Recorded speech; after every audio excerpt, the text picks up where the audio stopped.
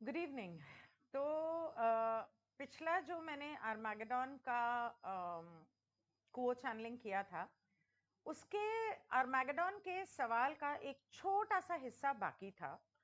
तो जब वो कुओ ने जो कहा, वो जब खत्म हुआ तो किसी ने उनसे सवाल किया, तो क्या ये सही है कहना कि आर्मागेडॉन आज भी जारी है? जैसा कि आपने वर्णित किया, वैसा युद्ध विभाजन और क्रोध से नहीं बल्कि प्रेम से संचालित किया जा सकता है। क्या मैं सही समझ रहा हूं?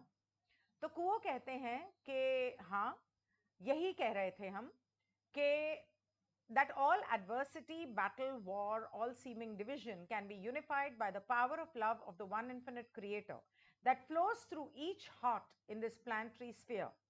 If each heart is aware that this is possible and asked for such to occur, this is something that must be desired. It must become part of the spiritual path. It must be that which is reflected in each action of each being at all times, if possible. तो वो कहते हैं, हाँ, वास्तव में यही संदेश था हमारा, और सभी प्रतिकूलताएं, सभी लड़ाई, युद्ध, प्रतीत होने वाले विभाजन को एक अनंत निर्माता के प्रेम की शक्ति से एक किया जा सकता है, एकीकृत किया जा सकता है, जो इस ग्रह क्षेत्र में प्रत्येक दिल से बहता है। मतलब इस ग्रह पर हर दिल में है, और हर दिल जो जानता है कि ये संभव है और उसने ऐसा होने के लिए कहा। मतलब कि अगर आपने मांगा है और आप जानते हो कि ये संभव है, तो आपके दिल से ये प्रेम की लहर बहनी चाहिए, और सबको एक एक समझकर आपको अपनी जिंदगी जीनी चाहिए। एक ऐसी चीज है, ये ऐसी चीज है जिसकी इच्छा अवश्य की जानी चाहिए। इसे आध्यात्मिक, मतलब वो अवश्य की जानी चाहिए का उनका मतलब है कि ऐसे ही नहीं हो जाएगा। ये आपके अंदर एक दृढ़ इच्छा होनी चाहिए कि हाँ, मैं एकता चाहता हूं, मैं सबके साथ एक हूं, और सब मेरे अपने अपने, मतलब मेरा हिस्सा है और मैं सभी का हिस्सा हूं। तभी आप इसे जी पाओगे और इस युद्ध को अपने अंदर खत्म कर पाओगे। इसे आध्यात्मिक पथ का हिस्सा बनना चाहिए। ये वो होना चाहिए जो यदि संभव हो तो हर समय प्रत्येक प्राणी की प्रत्येक क्रिया में प्रतिबिंबित हो। मतलब कि जैसा मैंने कहा कि आपके हर क्षण जिंदगी में, आपके हर क्षण में दिखना चाहिए कि आप सभी को एक मानते हो, सभी के साथ एक खुद को मानते हो। खैर, आगे अगला सवाल जारी करता है कि in the past channelings through the one known as Carla, the dance of polarity on this planet as third density was coming to a close. As the third density was coming to a close, was framed in a metaphor of a dragon. Oh, negative polarity. यहाँ पर dragons के बारे में बात हो रही है. Negative polarity was said to be something of a dragon that was fiercely lashing its tail while it still could, and that if memory serves, the tail would soon come to rest, and so forth. I'm wondering if the situation on the world stage now, where it seems there is an increase in the energies of authoritarianism and a decrease in democratic principles and institutions and norms, if that perspective is a manifestation of this lashing tail, so to speak, and what spiritual principles we may use in relating to this situation. तो कहता है, चैनलिंग्स में कार्ला जब चैनलिंग्स करती थी तो ध्रुवीकरणों का नृत्य जो इस तीसरी घनत्वता की धरती के ऊपर हो रहा है, और ये जो बंद होने, खत्म होने की कगार पर है, इसे एक तरह से एक ड्रैगन का रूप में अगर ड्रैगन के रूप में अगर माना जाए, तो ये है कि जो नकारात्मक ध्रुवीकरण वाले लोग हैं, वो जितनी कोशिश कर रहे हैं इस धरती को नकारात्मक घनत्वता, चौथी घनत्वता में लेके जाने के लिए या उस पर कब्जा करने के लिए, तो ये ड्रैगन की पूंछ के समान है जो फड़फड़ा रही है, थाड़ थाड़ थाड़ थाड़ मार रही है। और जैसे इस धरती के ऊपर स्वेच्छा को खत्म किया जा रहा है और लोगों के ऊपर कब्जा किया जा रहा है और उन पर हुकूमत की जा रही है और इतने तौर तरीके और कानून और नियम बनाए जा रहे हैं कि अगर इसे हम उस तरह से समझें कि ये ड्रैगन की पूंछ फड़फड़ा रही है, और जबकि धरती चौथी घनत्वता में जा रही है, तीसरी घनत्वता खत्म हो रही है, तो एक बदलाव जो आ रहा है, उस बदलाव को दूसरी तरफ ले जाने और रोकने की प्रतिक्रिया ये ड्रैगन कर रहा है। मतलब अगर आपको समझ में आया तो इस हालात से, इन हालात से जूझने के लिए या इनको समझने के लिए हमें कौन से आध्यात्मिक नियमों का पालन करना चाहिए या उपयोग करना चाहिए?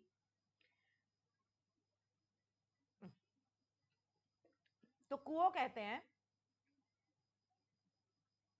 Indeed, as we spoke these words through the one known as Carla, रा बोल रहा होगा, we were या कुओ होगा पता नहीं, we were utilizing a very deep-seated type of mythology familiar with that instrument, and with that we understand as the primary audience of that instrument at the time, this being the imagery of the mythological dragon. वो कहता है कि हाँ, हमने इसका इस्तेमाल किया था इस उदाहरण का, कि वो एक मिथ्या थी, एक कहानी थी, और उसके बारे में कार्ला को पता था, उस कहानी के बारे में या ड्रैगन के बारे में, तो इसलिए हमने उसके लिए वो उस एग्जाम्पल का इस्तेमाल किया, मतलब एक उदाहरण का इस्तेमाल किया, क्योंकि उस समय पर हम उसको समझा रहे थे. This mythology, as we perceive it in the deep mind of your people, relies upon a story of heroism that the individual seeker within your density identifies with in what has been called by your people in some corners of mythological study the hero's journey. तो आपके धरती के ऊपर यहाँ पे लोगों के दिमागों में घुसा हुआ है गहराई तक के एक जो हीरो होता है, जो सबको मार धाड़ के जीत जाता है, वही एक हीरो है. और वो सब लोग यहाँ पर हीरो बनना चाहते हैं. तो एक हीरो का जो सफर होता है कि लड़ाई, बुराई से लड़ना और हर चीज के ऊपर काबू पा लेना, बुराई पर काबू पा लेना, और इस तरह मतलब एक जंग होती है जो आप करते रहते हो, जिसे कि हम आप लोगों के गहरे दिमाग में समझते हैं. पौराणिक कथा वीरता की एक कहानी पर निर्भर करती है, जिसे आपके घनत्व के भीतर व्यक्तिगत साधक पहचानता है, जिसे पौराणिक अध्ययन के कुछ कोनों में आपके लोगों द्वारा नायक की यात्रा कहा जाता है. नायक यानी कि यहां पर हीरो की बात कर रहा है. तो वो कहते हैं, and the type of symbolism contained within the story speak to deep aspects of your archetypical mind. ये आर्केटिपिकल माइंड बोलता है ना, मैं डर जाती हूँ. And thus the utilization of this imagery, as it is specific to your particular cultural mind, does contain deeper aspects that may appear on the surface. और इन कहानियों में निहित प्रतीकवाद का प्रकार आपके पुरातन मन के गहरे पहलुओं को बयान करता है. और इस प्रकार इस कल्पना का उपयोग, क्योंकि ये आपके विशेष सांस्कृतिक दिमाग के लिए विशिष्ट है, इसमें गहरे पहलू शामिल हैं जो सतह पर दिखाई दे सकते हैं.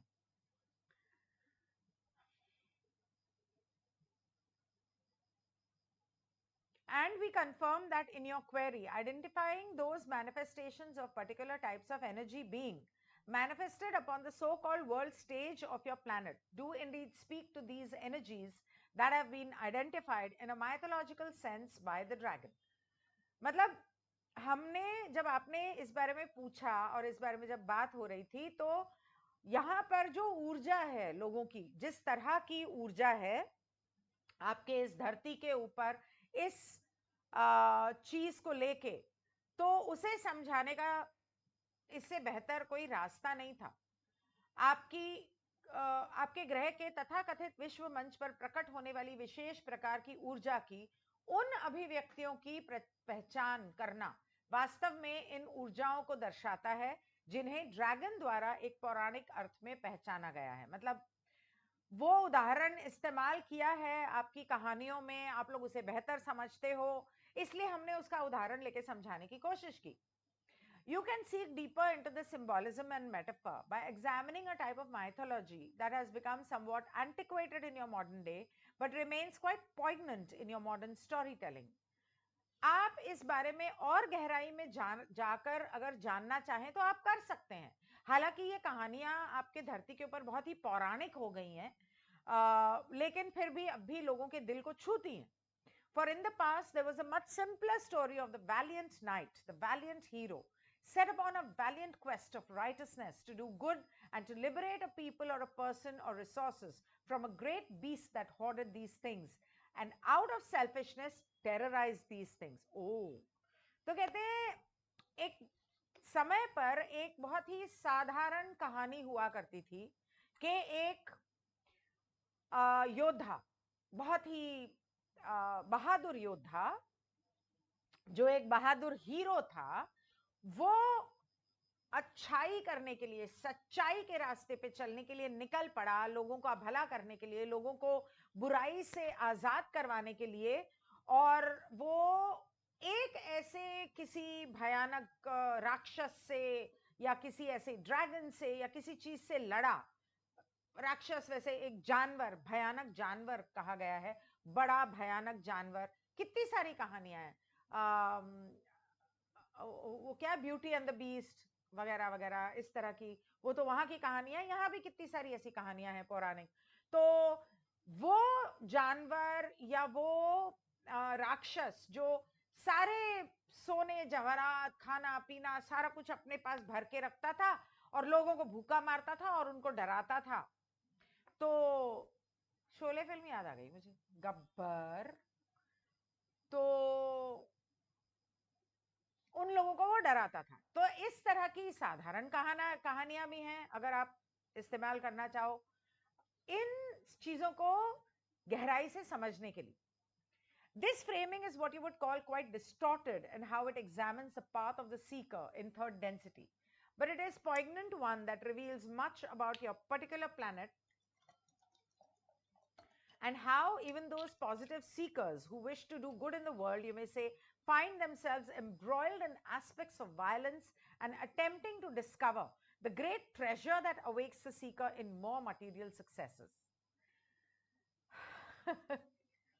लेकिन इन कहानियों को और इन चीजों को भी इतना मरोड़ तरोड़ दिया गया है कि वहां पर यह बताया जाता है कि जो इंसान ईश्वर की या अच्छाई की खोज में निकलता है इस तीसरी घनत्वता में, ये आपके ग्रह के ऊपर जो इंसान भलाई करने के लिए भी निकलता है, वो अपने आप को हमेशा सीधे शब्दों में एक सेकंड, हाँ, तो हाँ, तो वो जो निकलता है बहादुर योद्धा, आगे जाके उसको लड़ाई करनी पड़ती है और हमेशा मार काट ये वो इस तरह की चीजें होती हैं. और फिर उसको पता है कि वो सब लड़ाई वगैरह करने के बाद मुझे तो बहुत सारी चीजें मिलेंगी, मुझे हीरे जवाहरात मिलेंगे, मुझे राजकुमारी मिलेगी, कुछ ना कुछ ऐसा ही होता है उसमें भी. तो वो भी तुम लोगों ने मरोड़ तरोड़ के उसका सत्यानाश कर दिया है. There is a correlation in how this ancient myth has played out upon your stage and how you can view the death throes of the dragon as gripping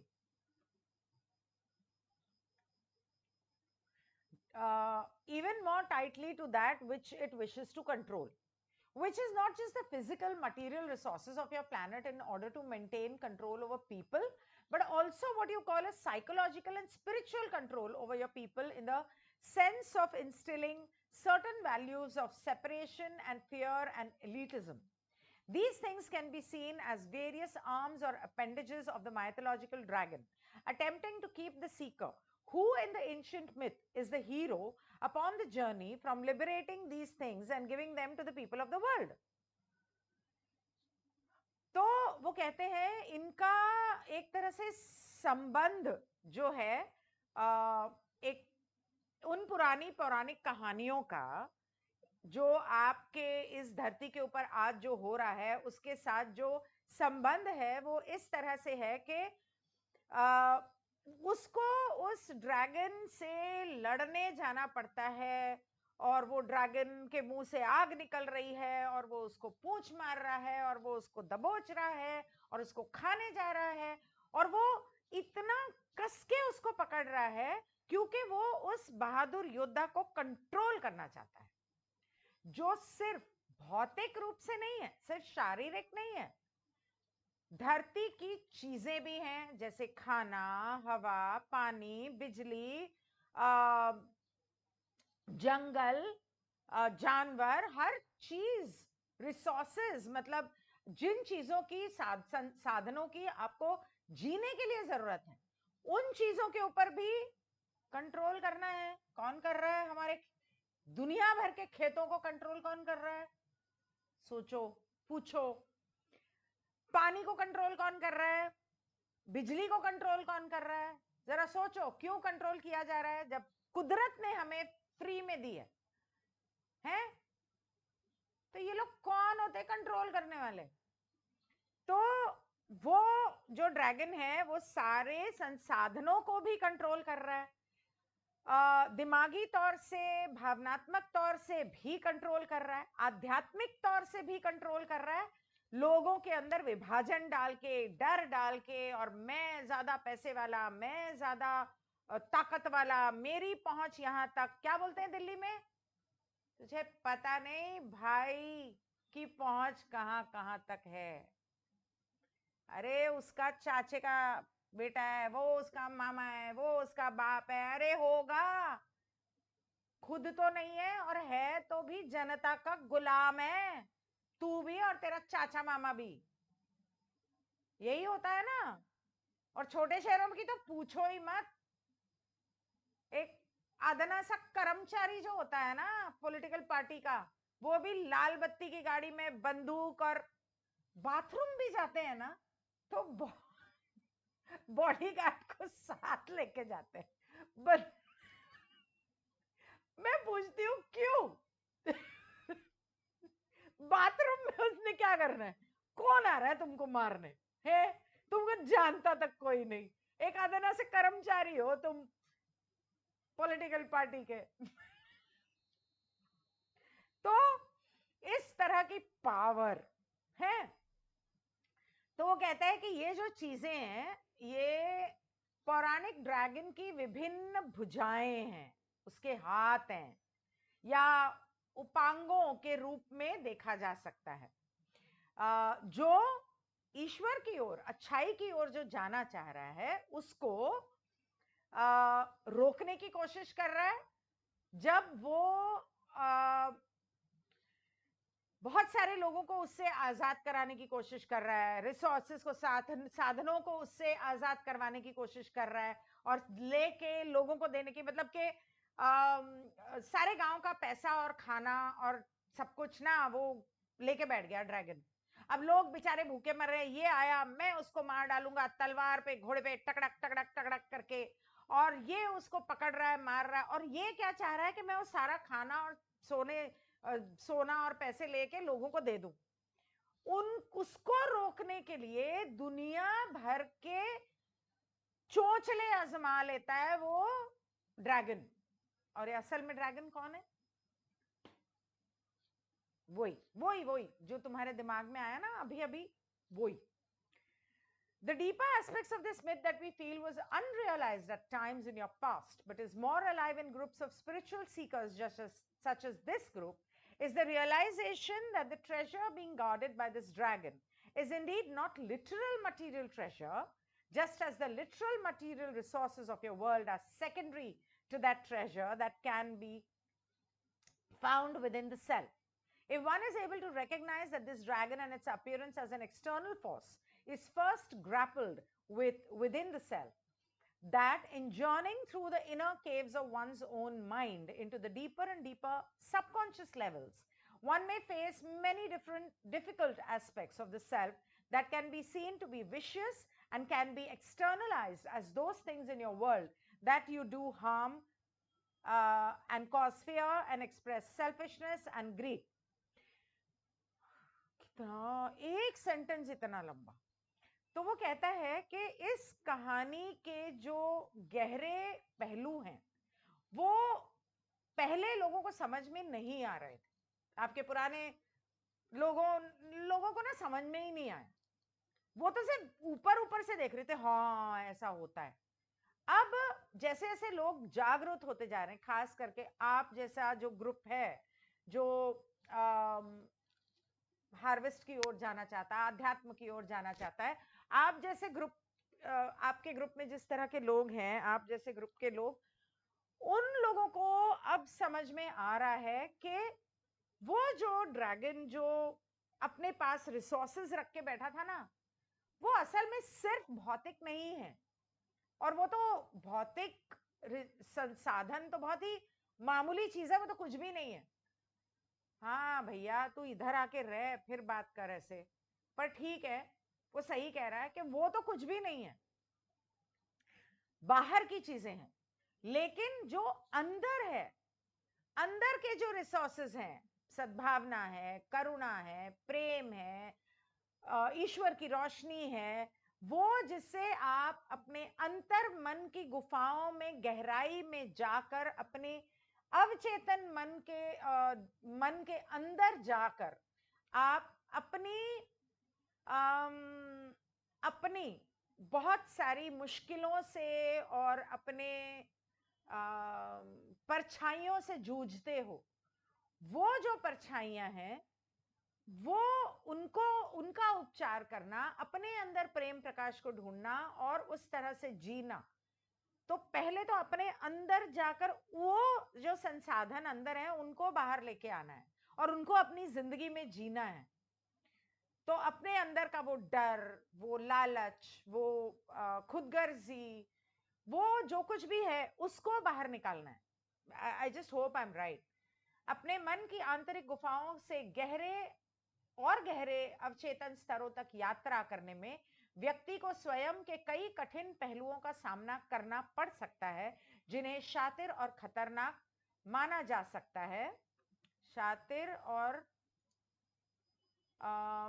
शातिर माना जा सकता है और आपकी दुनिया में उन चीजों के रूप में बाहरी किया चीजों को रूप में बाहर मैनिफेस्ट, मतलब बाहर जिया जा सकता है, जिन्हें आप नुकसान पहुंचाते हैं। That you do harm and cause and can be externalised. तो अपने अंदर की जो मुश्किलें हैं अगर वो बाहर निकली तो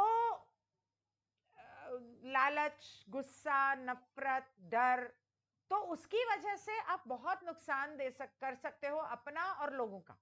उसके बजाय अपने अंदर, मन के अंदर जाकर, अपने मन की गहराइयों में जाकर आपको अपने मन की गहराइयों का उपचार करना है और वहां रखे हैं आपके हीरे जवाहरात प्रेम के।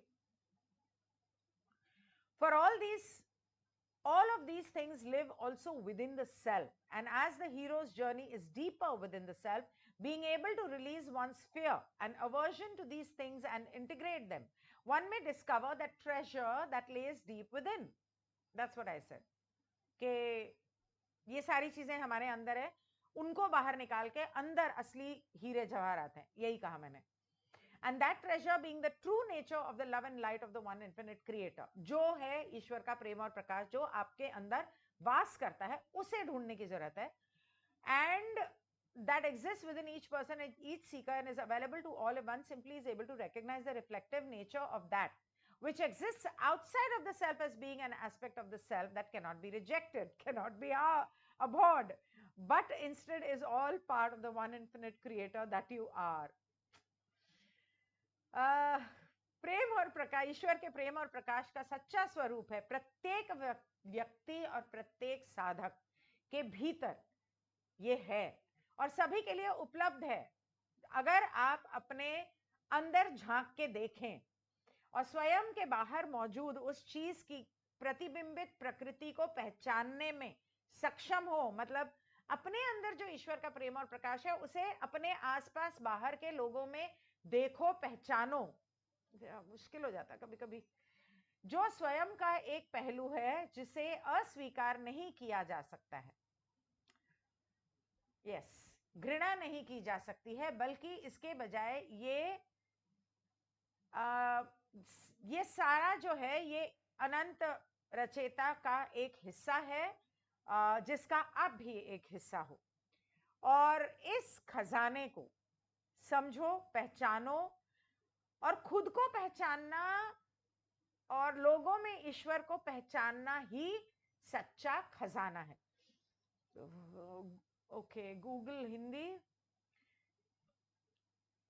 तो ये वाला सवाल खत्म हुआ, और तब वो आगे पूछता है कि ये ड्रैगन जो है ये हमारे अंदर एक ताकत है जिसे हमें जलाना है या जिसे जलना है, ताकि हम अपने दिल की गहराइयों में, गुफाओं में अंदर जा सकें और अपने हीरे जवाहरात खोज सकें, ईश्वर के प्रेम और प्रकाश को खोज सके।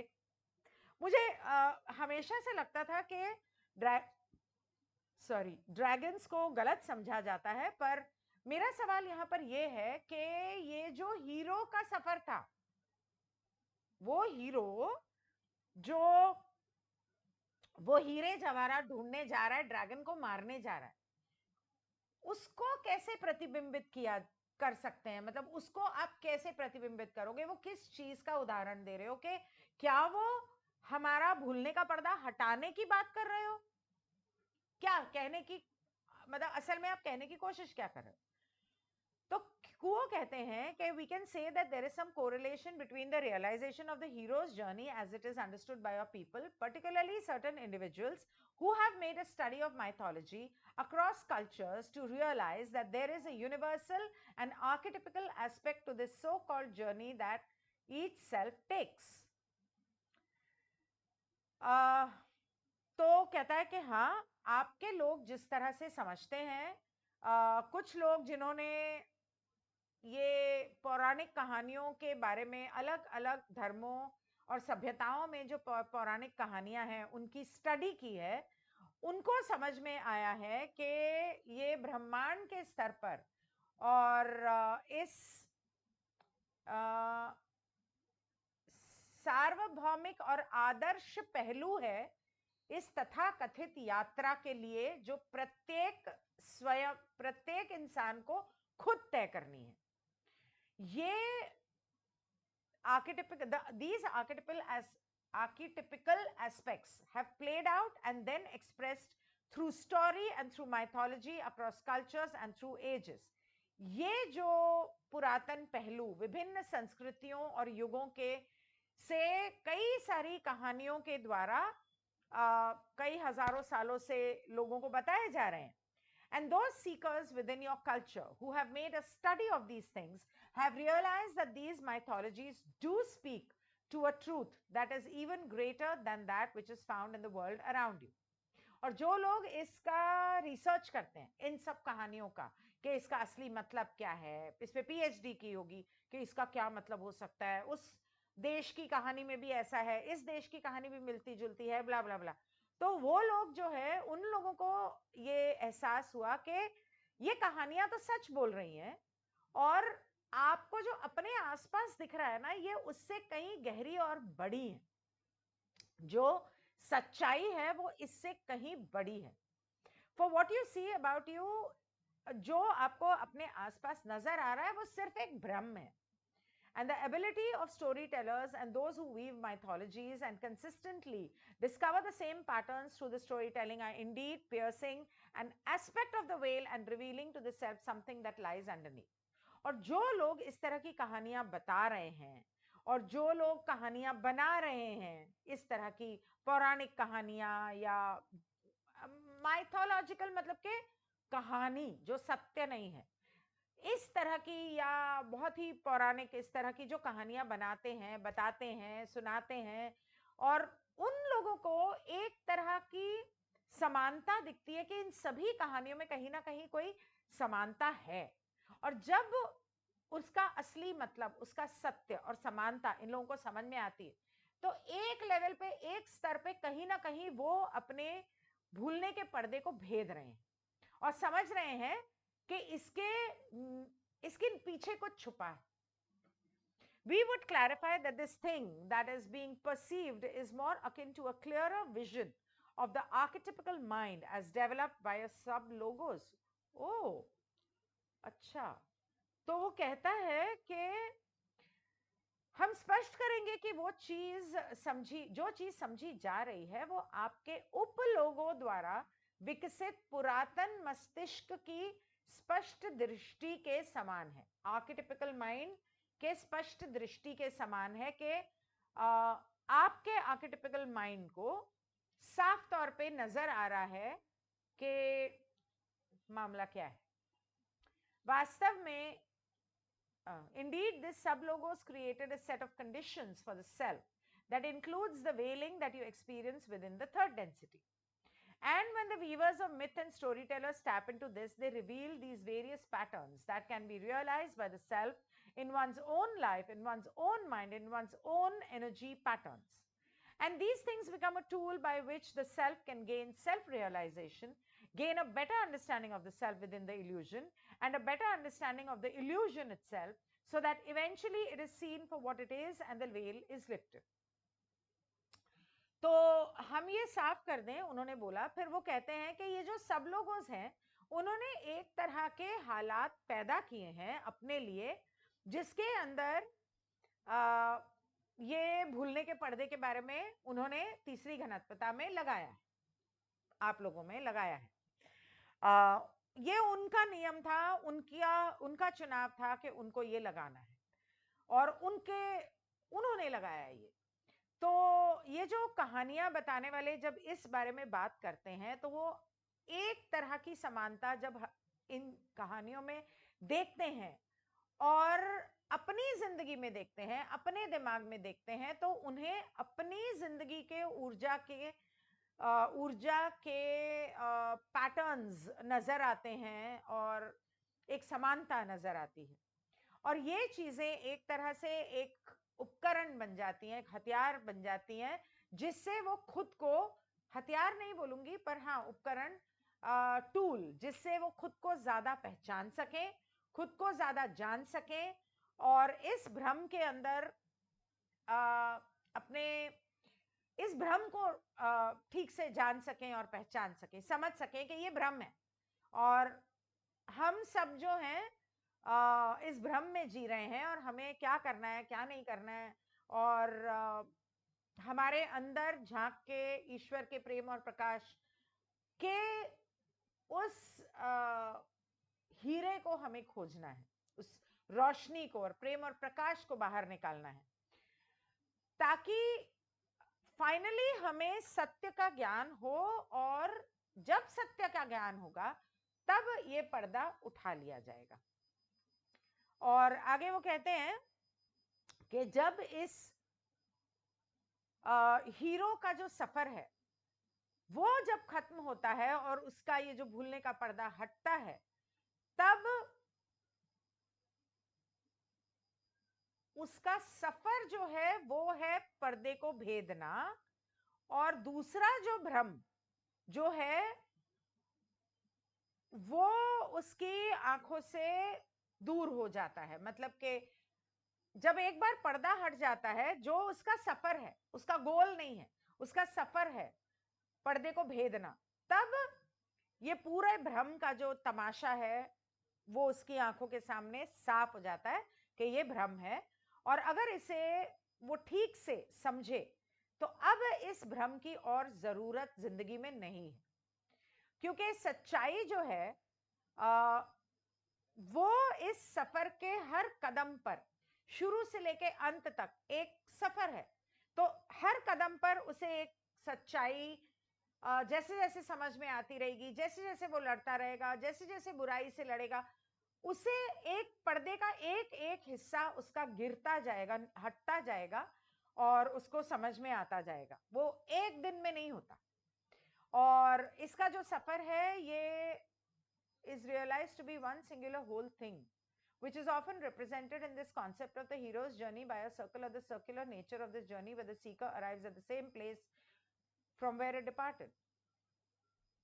अच्छा, तो एक मिनट, नायक की, हीरो की यात्रा का एक विलक्षण संपूर्ण चीज के रूप में महसूस किया जाता है, जिसे अक्सर हीरो की यात्रा के इस अवधारणा में वृत्त या इस यात्रा की गोलाकार प्रकृति द्वारा दर्शाया जाता है कि वो जहां से शुरू हुआ घूम फिर के वापस वहीं पहुंच गया. And this is the key aspect of the so-called process, that you never truly left your home from the one infinite creator, and your journey through this illusion is built in order for that creator to experience this journey for itself. Wow, touched my heart. और वो कहता है कि ये जो, यही है असली चाबी इस पूरे सफर की, और ये सारा कुछ जो आध्यात्मिक रास्ता है, सफर है उसकी, के आप कभी अपने घर से अलग हुए ही नहीं, आप कभी घर से निकले ही नहीं, मतलब ईश्वर के दिल से आप ईश्वर से तो कभी जुदा हुए ही नहीं, आप हमेशा उसका हिस्सा थे और वो आपका हिस्सा था. लेकिन ये भ्रम आपके लिए बनाया गया था ताकि ईश्वर आपके द्वारा इसका सफर अनुभव कर सके. हाँ, तो ये वाला सवाल यहाँ पर खत्म हुआ. अंधेरा हो रहा है, लाइट जलानी पड़ेगी. एंड सच में बहुत इंटरेस्टिंग था, और लास्ट वाली लाइन ने तो मेरा दिल जीत लिया, छू लिया, बहुत सुंदर था. I will see you tomorrow. Good bye.